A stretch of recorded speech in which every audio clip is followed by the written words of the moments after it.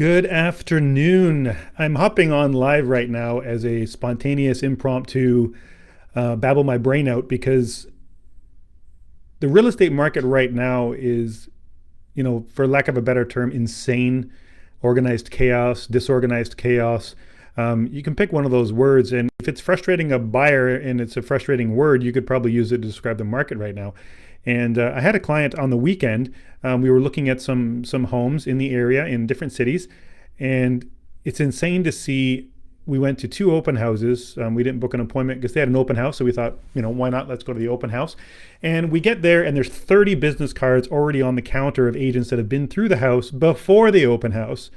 And then on top of that, there's 15 people in a lineup outside the house to get inside to see it. This was actually in Hamilton. And the scary part is both homes were under 900 square feet.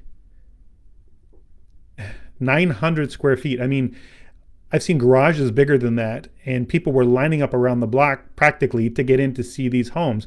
And any of the buyers out there that may be watching me here, you probably understand the frustration, and believe me, I get it. And as a realtor, we don't like to see this kind of a market because it frustrates our buyers. And instead of showing maybe anywhere between 3 and 7 houses, and our buyers can find one they like and make a purchase, I've had clients going up to over 40, almost 50 homes by the time they actually get an offer together and be able to compete and win.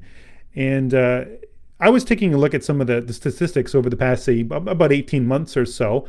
And I do like to take time to explain to my buyers some strategies that can help them be successful during a seller's market, multiple offers, and all that baloney.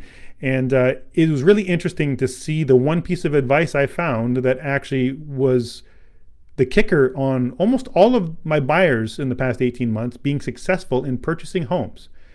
And the most amazing thing is the average savings for all my buyers per purchase was about 2.15%.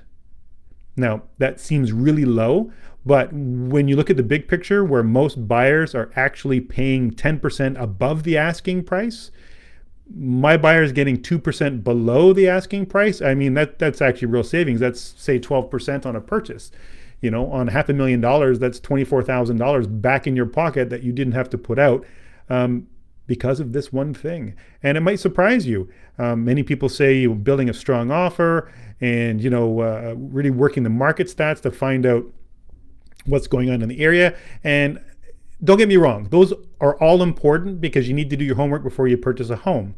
But again, out of all those things, there was one thing, and I'll tell you what it was. If you're still watching, then you probably have that one thing. It's called patience. It sounds really idiotic that just patience alone saved my clients up to, say, 12% on their purchase, 2% below asking, and they didn't have to overpay on a property at all. But sitting tight and waiting for the right deal instead of getting emotional, jumping on a house, competing with 15 other people, putting down ridiculous prices on your offers just to get the home, you know what? Sit back, chill out, and have a look at what's happening and wait for that right deal to come along. I always tell my buyers, you need to relax a little bit and realize that the listings will never stop. You're never going to run out of listings. There's always going to be another house listed. There's always going to be another opportunity. If you didn't get the last house, oh well, let's just regroup, get back together, and get back on the road again. But be patient. Look for those properties that maybe have been sitting on the market a little bit longer. Maybe they're not holding offers. Maybe they've been on the market holding offers and they didn't sell. If they did, hey, you know what? Go ahead. Your goal is to find a house you're going to love with the features that you want and to get at least a decent price for it and not overpay. I mean, I'm seeing some homes in Hamilton right now listed for $599, $499, selling for $700 and change.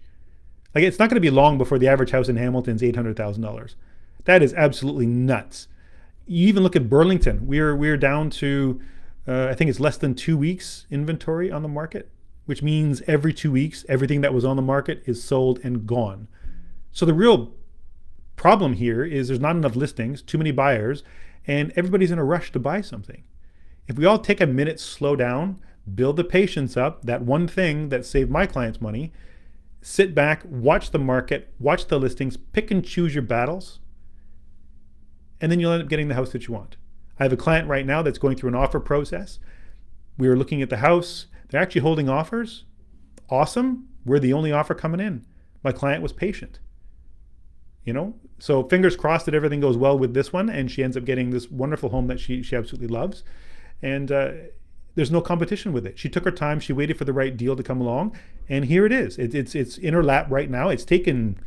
We're almost 3 months. We've been looking for a home for her, and I don't care. It took 3 months, but she's going to get a deal. She's possibly going to get it below asking, because I think that's where we're going to end up.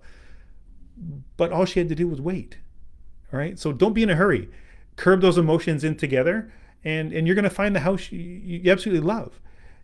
If you want to get started, I'm here. I'm happy to help. We're looking for probably an insane next few months with the market as well, since Christmas usually dries up a lot of the listings.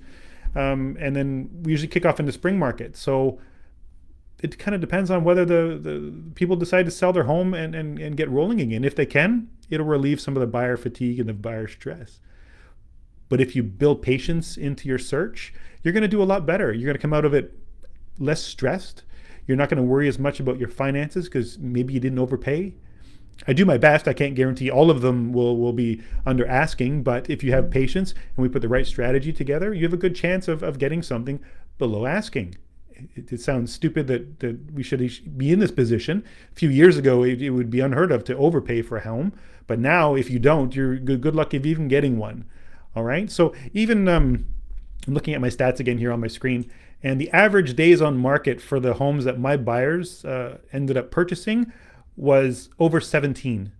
So as you can see, they waited till the home after that first week, it didn't sell. Now it's an opportunity. Let's have a look at it. We didn't see multiple offers, multiple competition coming in. Maybe the price is too high. Maybe there's a little feature in that home that other buyers weren't interested in, but you might be okay with it. We've seen houses with things like knob and tube and it has a boiler instead of a regular furnace, and it can put a lot of buyers off. But if we can put a plan into place with my contacts and the people that I know that can remedy things like this for you, you can end up buying a home under asking, put out the money to fix whatever that thing was, and still be either at asking price or just slightly close to it. But the point is you end up getting the home for less than what you would have paid if you competed with somebody else. All right, so that's my kind of, not really a rant for the day, but just what I've been seeing, and I was really happy to see that some of my clients are actually coming out on the success end and not spending too much money. I actually never really looked at my stats up until today, just because it hadn't really crossed my mind. And I think we had a meeting this morning with Remax Escarpment regarding podcasts and things like that, and we got talking about it, and I started thinking about all the frustrations and all the problems that my buyers are going through. And that one was on my mind. They're always overpaying. So I decided to look at my stats and see what happened. And I'm pleasantly surprised that when I advise them to be patient and sit tight, it usually works out for the better for them. So if you'd like to talk with me about the real estate market, feel free to give me a call.